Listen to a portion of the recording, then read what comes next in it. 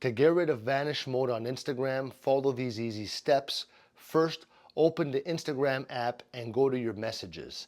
Find the chat where Vanish Mode is turned on. And you can tell it's on because the screen is going to look a little different. And the messages are going to disappear after you read them.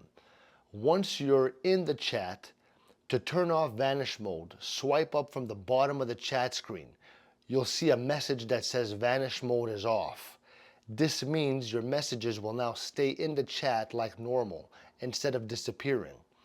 Now, if you want to make sure that it's really off, you can also leave the chat and go back to your message list.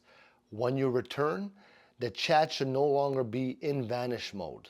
All right, so remember, Vanish Mode is a fun feature, but sometimes you might want to keep your messages, and by following these steps, you can easily turn it off whenever you want. So now you can enjoy chatting with your friends without worrying about messages disappearing. All right? Hope this helped. Let me know in the comments.